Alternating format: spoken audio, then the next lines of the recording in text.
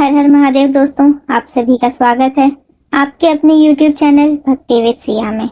आज हम सुनेंगे पूर्णिमा के दिन सुनी जाने वाली सत्यनारायण व्रत कथा। प्रेम से बोलिए सत्यनारायण भगवान की जय। एक समय की बात है, नैशिरण्य तीर्थ में शौनकादि 88,000 ऋषियों ने श्री सूत जी से पूछा, हे प्रभु, इस कलयुग में वेद विद्या रहित मनुष्यों को प्रभु भक्ति किस प्रकार मिल सकती है तथा उनका उद्धार कैसे होगा। हे मुनि श्रेष्ठ, कोई ऐसा तप बताइए जिससे थोड़े समय में ही पुण्य मिले और मनवांछित फल भी मिल जाए। इस प्रकार की कथा सुनने की हम इच्छा रखते हैं। सर्वशास्त्रों के ज्ञाता सूत जी बोले, हे वैष्णवों में पूज्य, आप सभी ने प्राणियों के हित की बात पूछी है, इसलिए मैं एक ऐसे श्रेष्ठ व्रत को आप सभी लोगों को बताऊंगा जिसे नारद जी ने लक्ष्मी नारायण जी से पूछा था और लक्ष्मीपति ने मुनि श्रेष्ठ नारद जी से कहा था। अब आप इसे ध्यान से सुनिए। एक समय की बात है, योगीराज नारद जी दूसरों के हित की इच्छा लिए अनेकों लोकों में घूमते हुए मृत्युलोक में आ पहुंचे। यहाँ उन्होंने अनेक योनियों में जन्मे प्रायः सभी मनुष्यों को अपने कर्मों द्वारा अनेकों दुखों से पीड़ित देखा। उनका दुख देख नारद जी सोचने लगे कि कैसा यत्न किया जाए जिसके करने से निश्चित रूप से मानव के दुखों का अंत हो जाए। इसी विचार पर मनन करते हुए वह विष्णु लोक में गए।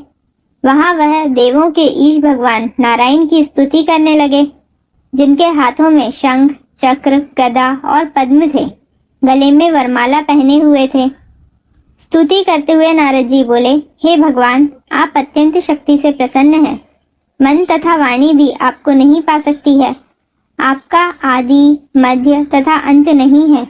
निर्गुण स्वरूप सृष्टि के कारण भक्तों के दुख को दूर करने वाले आपको मेरा नमस्कार है।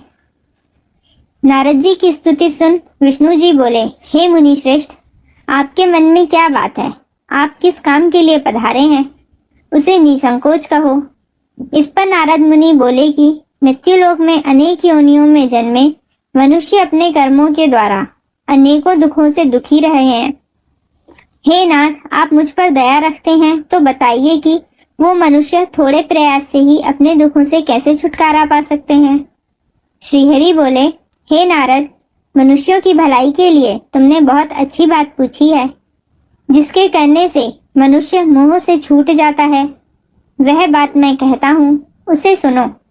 स्वर्गलोक व मृत्युलोक दोनों में एक दुर्लभ उत्तम व्रत है जो पुण्य देने वाला है। आज प्रेमवश होकर मैं उसे तुमसे कहता हूँ। श्री सत्यनारायण भगवान का यह व्रत अच्छी तरह विधान पूर्वक करके मनुष्य तुरंत ही यहाँ सुख भोग कर मरने पर मोक्ष पाता है। श्रीहरि के वचन सुन नारद जी बोले कि उस व्रत का फल क्या है और उसका विधान क्या है, यह व्रत किसने किया था, इस व्रत को किस दिन करना चाहिए, सभी कुछ विस्तार से बताएं। नारद जी की बात सुनकर श्रीहरि बोले, दुख व शोक को दूर करने वाला यह व्रत सभी स्थानों पर विजय दिलाने वाला है। मानव को भक्ति व श्रद्धा के साथ शाम को सत्यनारायण की पूजा धर्म परायण होकर ब्राह्मणों व बंधुओं के साथ करनी चाहिए। भक्ति भाव से ही नैवेद्य केले का फल, घी, दूध और गेहूं का आटा सवाया लें। गेहूं के स्थान पर साठी का आटा, शक्कर तथा गुड़ लेकर वह सभी भक्षण योग्य पदार्थों को मिलाकर भगवान का भोग लगाएं। ब्राह्मणों सहित बंधु बांधवों को भी भोजन कराएं। उसके बाद स्वयं भोजन करें। भजन कीर्तन के साथ भगवान की भक्ति में लीन हो जाएं। इस तरह से सत्यनारायण भगवान का व्रत करने पर मनुष्य की सारी इच्छाएं निश्चित रूप से पूरी होती हैं। इस कली काल अर्थात कलयुग में मृत्युलोक में मोक्ष का यही सरल उपाय बताया गया है। सूत जी बोले, हे ऋषियों, जिसने पहले समय में इस व्रत को किया था उसका इतिहास कहता हूँ, ध्यान से सुनो। सुंदर काशीपुरी नगरी में एक अत्यंत निर्धन ब्राह्मण रहता था। भूख प्यास से परेशान वह धरती पर घूमता रहता था। ब्राह्मणों से प्रेम करने वाले भगवान ने एक दिन ब्राह्मण का वेश धारण कर उसके पास जाकर पूछा, हे विप्र, नित्य दुखी होकर तुम पृथ्वी पर क्यों घूमते हो? दीन ब्राह्मण बोला, मैं निर्धन ब्राह्मण हूँ, भिक्षा के लिए धरती पर घूमता हूँ। हे भगवान, यदि आप इसका कोई उपाय जानते हो तो बताइए। वृद्ध ब्राह्मण कहता है कि सत्यनारायण भगवान मनोवांछित फल देने वाले हैं, इसीलिए तुम उनका पूजन करो। इसे करने से मनुष्य सभी दुखों से मुक्त हो जाता है। वृद्ध ब्राह्मण बनकर आए सत्यनारायण भगवान उस निर्धन ब्राह्मण को व्रत का सारा विधान बताकर अंतर्ध्यान हो गए। ब्राह्मण मन ही मन सोचने लगा कि जिस व्रत को वृद्ध ब्राह्मण करने को कह गया है, मैं उसे जरूर करूंगा। यह निश्चय करने के बाद उसे रात में नींद नहीं आई। वह सवेरे उठकर सत्यनारायण भगवान के व्रत का निश्चय कर भिक्षा के लिए चला गया। उस दिन निर्धन ब्राह्मण को भिक्षा में बहुत धन मिला, जिससे उसने बंधु बांधवों के साथ मिलकर श्री सत्यनारायण भगवान का व्रत संपन्न किया। भगवान सत्यनारायण का व्रत संपन्न करने के बाद वह निर्धन ब्राह्मण सभी दुखों से छूट गया और अनेक प्रकार की संपत्तियों से युक्त हो गया। उसी समय से यह ब्राह्मण हर माह इस व्रत को करने लगा। इस तरह से सत्यनारायण भगवान के व्रत को जो मनुष्य करेगा वह सभी प्रकार के पापों से छूटकर मोक्ष को प्राप्त होगा। जो मनुष्य इस व्रत को करेगा वह सभी दुखों से मुक्त हो जाएगा। सूत जी बोले कि इस तरह से नारद जी से नारायण जी का कहा हुआ श्री सत्यनारायण व्रत को मैंने तुमसे कहा। हे विप्रों, मैं अब और क्या कहूँ? ऋषि बोले, हे मुनिवर, संसार में उस विप्र से सुनकर और किस किसने इस व्रत को किया, हम सब इस बात को सुनना चाहते हैं। इसके लिए हमारे मन में श्रद्धा का भाव है। सूत जी बोले, हे मुनियों, जिस जिसने इस व्रत को किया है वह सब सुनो। एक समय वही विप्र धन व ऐश्वर्य के अनुसार अपने बंधु बांधवों के साथ इस व्रत को करने को तैयार हुआ। उसी समय एक लकड़ी बेचने वाला बूढ़ा आदमी आया और लकड़ियां बाहर रखकर अंदर ब्राह्मण के घर में गया। प्यास से दुखी वह लकड़हारा उनको व्रत करते देख विप्र को नमस्कार कर पूछने लगा कि आप यह क्या कर रहे हैं तथा इसे करने से क्या फल मिलेगा, कृपया मुझे भी बताएं। ब्राह्मण ने कहा कि सब मनोकामनाओं को पूरा करने वाला यह सत्यनारायण भगवान का व्रत है। इनकी कृपा से ही मेरे घर में धन धान्य आदि की वृद्धि हुई है। विप्र से सत्यनारायण व्रत के बारे में जानकर लकड़हारा बहुत प्रसन्न हुआ। चरणामृत लेकर वह प्रसाद खाने के बाद वह अपने घर गया। लकड़हारे ने अपने मन में संकल्प किया कि आज लकड़ी बेचने से जो धन मिलेगा उसी से सत्यनारायण भगवान का उत्तम व्रत करूंगा। मन में इस विचार को ले बूढ़ा आदमी सिर पर लकड़ियां रखकर उस नगर में बेचने चला गया जहां धनी लोग ज्यादा रहते थे। उस नगर में उसे लकड़ियों का दाम पहले से 4 गुना अधिक मिला। बूढ़ा प्रसन्नता के साथ दाम लेकर केले, शक्कर, घी, दूध, दही और गेहूं का आटा ले और सत्यनारायण भगवान के व्रत की अन्य सामग्रियां लेकर अपने घर गया। वहां उसने अपने बंधु बांधवों को बुलाकर विधि विधान से सत्यनारायण भगवान का पूजन और व्रत किया। इस व्रत के प्रभाव से वह बूढ़ा लकड़हारा धन पुत्र आदि से युक्त होकर संसार के समस्त सुख भोग अंत काल में बैकुंठ धाम चला गया। सूत जी बोले, हे श्रेष्ठ मुनियों, अब आगे की कथा कहता हूँ। पहले समय में उल्कामुख नाम का एक बुद्धिमान राजा था। वह सत्यवक्ता और जितेंद्रिय था। प्रतिदिन देव स्थानों पर जाता और निर्धनों को धन देकर उनके कष्ट दूर करता था। उसकी पत्नी कमल के समान मुख वाली तथा सती साध्वी थी। भद्रशिला नदी के तट पर उन दोनों ने सत्यनारायण भगवान का व्रत किया। उसी समय साधु का नाम एक वैश्य आया।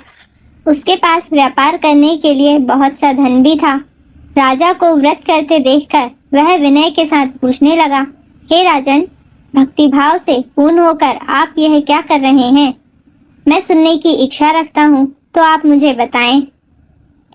राजा बोला, हे साधु, अपने बंधु बांधवों के साथ पुत्रादि की प्राप्ति के लिए एक महाशक्तिमान श्री सत्यनारायण भगवान का व्रत व पूजन कर रहा हूँ।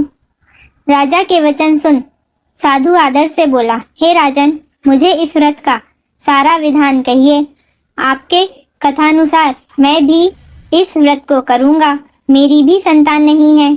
इस व्रत को करने से निश्चित रूप से मुझे संतान की प्राप्ति होगी। राजा से व्रत का सारा विधान सुन व्यापार से निवृत्त हो वह अपने घर गया। साधु वैश्य ने अपनी पत्नी को संतान देने वाले इस व्रत का वर्णन कह सुनाया और कहा कि जब मेरी संतान होगी तब मैं इस व्रत को करूंगा। साधु ने इस तरह के वचन अपनी पत्नी लीलावती से कहे। एक दिन लीलावती पति के साथ आनंदित हो सांसारिक धर्म में प्रवृत्त होकर सत्यनारायण भगवान की कृपा से गर्भवती हो गई। 10वें महीने में उसके गर्भ से एक सुंदर कन्या ने जन्म लिया। दिनों दिन वह ऐसे बढ़ने लगी जैसे कि शुक्ल पक्ष का चंद्रमा बढ़ता है। माता पिता ने अपनी कन्या का नाम कलावती रखा। एक दिन लीलावती ने मीठे शब्दों में अपने पति को याद दिलाया कि आपने सत्यनारायण भगवान के जिस व्रत को करने का संकल्प किया था उसे करने का समय आ गया है। आप इस व्रत को करिए। साधु बोला कि हे प्रिय, इस व्रत को मैं उसके विवाह पर करूंगा। इस प्रकार अपनी पत्नी को आश्वासन देकर वह नगर को चला गया। कलावती पिता के घर में रह दिनों दिन बड़ी होने लगी। साधु ने एक बार नगर में अपनी कन्या को सखियों के साथ देखा तो तुरंत ही दूत को बुलाया और कहा कि मेरी कन्या के योग्य वर देख कर आओ। साधु की बात सुनकर दूत कंचन नगर में पहुंचा और वहां देखभाल कर लड़की के सुयोग्य वाणिक पुत्र को ले आया। सुयोग्य लड़के को देख साधु ने बंधु बांधवों को बुलाकर अपनी पुत्री का विवाह कर दिया। लेकिन दुर्भाग्य की बात यह कि साधु ने अभी भी सत्यनारायण भगवान का व्रत नहीं किया। इस पर भगवान क्रोधित हो गए और श्राप दिया कि साधु को अत्यधिक दुख मिले। अपने कार्य में कुशल साधु बनिया जमाई को लेकर समुद्र के पास स्थित रत्नसारपुर नगर में गया। वहां जाकर दामाद ससुर दोनों मिलकर चंद्रकेतु राजा के नगर में व्यापार करने लगे। एक दिन भगवान सत्यनारायण की माया से एक चोर राजा का धन चुरा कर भाग रहा था। उसने राजा के सिपाहियों को अपना पीछा करते हुए देख चुराया हुआ धन वहां रख दिया जहां साधु अपने जमाई के साथ ठहरा हुआ था। राजा के सिपाहियों ने साधु वैश्य के पास राजा का धन पड़ा देखा तो वह ससुर जमाई दोनों को बांधकर प्रसन्नता से राजा के पास ले गए और कहा कि दोनों चोरों को हम पकड़ लाए हैं, आप आगे की कार्यवाही की आज्ञा दें। राजा की आज्ञा से उन दोनों को कठिन कारावास में डाल दिया गया और उनका सारा धन भी उनसे छीन लिया गया। सत्यनारायण भगवान के श्राप से साधु की पत्नी भी बहुत दुखी हुई। घर में जो धन रखा था उसे चोर चुरा ले गए। शारीरिक तथा मानसिक पीड़ा व भूख प्यास से अति दुखी हो अन्न की चिंता में कलावती एक ब्राह्मण के घर गई। वहां उसने सत्यनारायण भगवान का व्रत होते देखा, फिर कथा भी सुनी। वह प्रसाद ग्रहण कर रात को घर वापस आई। माता ने कलावती से पूछा कि हे पुत्री, अब तक तुम कहाँ थी? तेरे मन में क्या है? कलावती ने अपनी माता से कहा, हे माता, मैंने एक ब्राह्मण के घर में सत्यनारायण भगवान का व्रत देखा है। कन्या के वचन सुन लीलावती भगवान के पूजन की तैयारी करने लगी। लीलावती ने परिवार व बंधुओं सहित सत्यनारायण भगवान का पूजन किया और उनसे वर मांगा कि मेरे पति तथा जमाई शीघ्र घर आ जाएं। साथ ही यह भी प्रार्थना की कि हम सबका अपराध क्षमा करें। सत्यनारायण भगवान इस व्रत से संतुष्ट हो गए और राजा चंद्रकेतु को सपने में दर्शन देकर कहा, हे राजन, तुम उन दोनों वैश्यों को छोड़ दो और तुमने उनका जो धन लिया है उसे वापस कर दो। अगर तुमने ऐसा नहीं किया तो मैं तुम्हारा धन, राज्य व संतान सभी को नष्ट कर दूंगा। राजा को यह सब कहकर भगवान अंतर्ध्यान हो गए। प्रातःकाल सभा में राजा ने अपना सपना सुनाया, फिर बोले कि बणिक पुत्रों को कैद से मुक्त कर सभा में लाओ। दोनों ने आते ही राजा को प्रणाम किया। राजा मीठी वाणी में बोले, हे महानुभावों, भाग्यवश ऐसा कठिन दुख तुम्हें प्राप्त हुआ है, लेकिन अब तुम्हें कोई भय नहीं है। ऐसा कह राजा ने उन दोनों को नए वस्त्र और आभूषण भी पहनाए और जितना धन उनका लिया था उससे दुगना धन वापस कर दिया। दोनों वैश्य अपने घर को चल दिए। सूत जी बोले, वैश्य ने मंगलाचार कर अपनी यात्रा आरंभ की और अपने नगर की ओर चल दिए। उनके थोड़ी दूर जाने पर एक दंडी वेशधारी श्री सत्यनारायण ने उनसे पूछा, हे साधु, तेरी नाव में क्या है? अभिवाणी वणिक हंसता हुआ बोला, हे दंडी, आप क्यों पूछते हो? क्या धन लेने की इच्छा है? मेरी नाव में तो बेल व पत्ते भरे हुए हैं। वैश्य के कठोर वचन सुन भगवान बोले, तुम्हारा वचन सत्य हो। दंडी ऐसे वचन कह वहां से दूर चले गए। कुछ दूर जाकर समुद्र के किनारे बैठ गए। दंडी के जाने के बाद साधु वैश्य ने नित्य क्रिया के पश्चात नाव को ऊंची उठाते हुए देखकर अचंभा माना और नाव में बेल पत्ते आदि देख वह मूर्छित हो जमीन पर गिर पड़ा। मूर्छा खुलने पर वह अत्यंत शोक में डूब गया। तब उसका दामाद बोला कि आप शोक न मनाएं, यह दंडी का शाप है, इसलिए हमें उनकी शरण में जाना चाहिए, तभी हमारी मनोकामना पूरी होगी।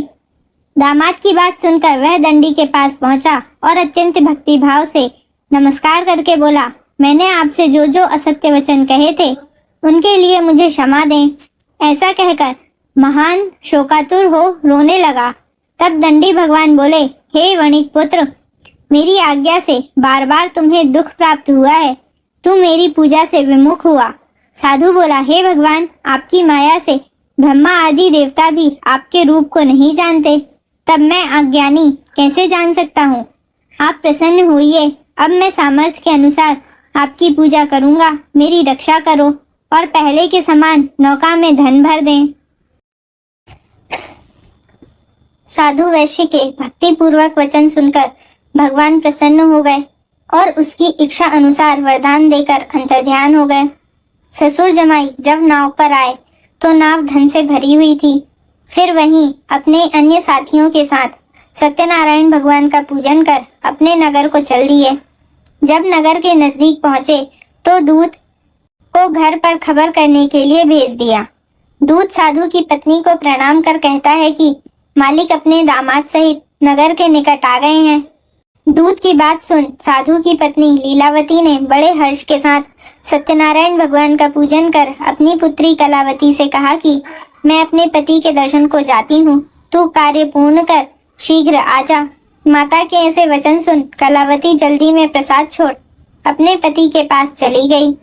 प्रसाद की अवज्ञा के कारण श्री सत्यनारायण भगवान रुष्ट हो गए और नाव सहित उसके पति को पानी में डुबो दिया। कलावती अपने पति को वहां न पाकर रोती हुई जमीन पर गिर गई। नौका को डूबा हुआ देख वह कन्या को रोता हुआ देख साधु दुखी होकर बोला कि हे प्रभु, मुझसे तथा मेरे परिवार से जो भूल हुई है उसे क्षमा करें।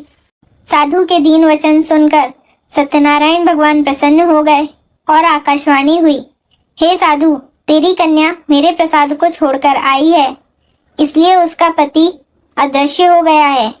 यदि वह घर जाकर प्रसाद खाकर लौटती है तो उसे उसका पति अवश्य मिलेगा। ऐसी आकाशवाणी सुन कलावती घर पहुंचकर प्रसाद ग्रहण करती है और फिर आकर अपने पति के दर्शन करती है। उसके बाद साधु अपने बंधु बांधवों सहित श्री सत्यनारायण भगवान का विधि विधान से पूजन करता है तथा इस लोक में सुख भोग वह अंत में स्वर्ग को जाता है। बोलिए श्री सत्यनारायण भगवान की जय। सूत जी बोले, हे ऋषियों, मैं और भी एक कथा सुनाता हूँ, इसे भी ध्यान पूर्वक सुनो। प्रजा पालन में लीन तुंगध्वज नाम का एक राजा था। उसने भी भगवान का प्रसाद त्याग कर बहुत ही दुख सहन किया। एक बार वन में जाकर वन्य पशुओं को मारकर वह बड़ के पेड़ के नीचे गया। वहां उसने ग्वालों को भक्ति भाव से अपने बंधुओं सहित सत्यनारायण भगवान का पूजन करते देखा। अभिमानवश राजा ने उन्हें देखकर भी पूजा स्थान में नहीं गया और ना ही उसने भगवान को नमस्कार किया। ग्वालों ने राजा को प्रसाद दिया, लेकिन उसने वह प्रसाद नहीं खाया और प्रसाद को वहीं छोड़कर वह अपने नगर को चला गया। जब वह नगर में पहुंचा तो वहां सब कुछ तहस नहस हुआ पाया, तो वह शीघ्र ही समझ गया कि यह सब भगवान ने ही किया है। दोबारा ग्वालों के पास पहुंचा और विधि पूर्वक पूजा करके प्रसाद खाया तो सत्यनारायण भगवान की कृपा से सब कुछ पहले जैसा हो गया। दीर्घ काल तक सुख भोगने के बाद मरणोपरांत उसे स्वर्गलोक की प्राप्ति हुई। जो मनुष्य परम दुर्लभ इस व्रत को करेगा तो भगवान सत्यनारायण की अनुकंपा से उसे धन धान्य की प्राप्ति होगी। निर्धन धनी हो जाता है और भयमुक्त हो जीवन जीता है। संतानहीन मनुष्यों को संतान सुख मिलता है और सारे मनोरथ पूर्ण होने पर मानव अंतकाल में वैकुंठ को जाता है।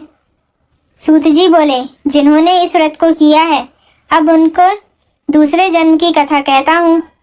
वृद्ध शतानंद ब्राह्मण ने सुदामा का जन्म लेकर मोक्ष की प्राप्ति की। लकड़हारे ने अगले जन्म में निषाद बनकर मोक्ष प्राप्त किया। उल्कामुख नाम का राजा दशरथ होकर बैकुंठ को गए। साधु नाम के वैश्य ने मोरध्वज बनकर अपने पुत्र को आरे से चीरकर मोक्ष पाया। महाराज तुंगध्वज ने स्वयंभू होकर भगवान में भक्ति युक्त हो कर्म कर मोक्ष पाया।